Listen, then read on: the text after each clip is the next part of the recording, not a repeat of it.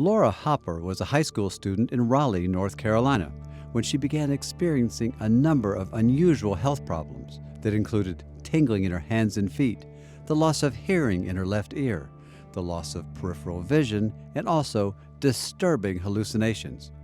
Finding answers proved to be difficult for Laura and her parents. Emotionally, it was extremely rough. It was very isolating going through all that. They were very, very supportive, and I'm sure they were stressed out, but they tried not to show that to me, which I'm sure was part of the support. It was a progression of symptoms that was isolated by themselves. We thought we might be able to accomplish something, and we took her to some specialists for various things, but it just never got a positive answer and just kept compounding. It was and getting worse. There was no improvement in any of the symptoms. You feel out of control. I mean, one thing you just want to be able to make something better and be part of it, but I definitely felt completely at a loss. And we always wanted to have an answer that was giving us some sense of direction or some sense of hope, but nothing ever came back that way. At one point, Laura's parents saw a story in the local newspaper about an ailing teen who recovered after a blood test performed by Dr. Brightsword's lab detected the Bartonella bacteria. They decided to see if their daughter might be suffering from the same infection, which often improves when treated with antibiotics. So they reached out to him and his team and got me tested, and that test came back positive, and it was the first positive result that we'd had for anything. It was very concrete.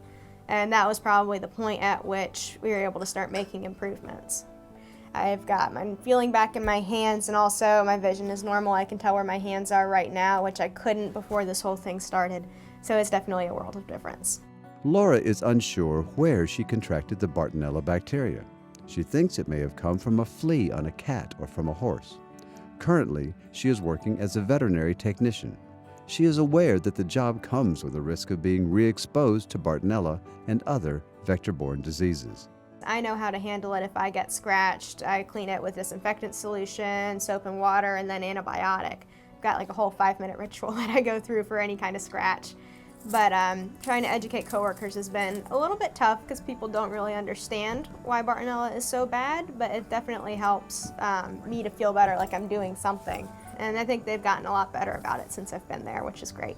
Laura's parents are grateful for the role that Dr. Brightsword played in helping to determine what was wrong with their daughter. The test that he developed to be able to detect this bacteria in human blood is truly a breakthrough that has huge potential for human health conditions. And I'd say go and get tested for Bartonella. And, there is hope. If that's what it is, there is treatment for it that can just be life-changing.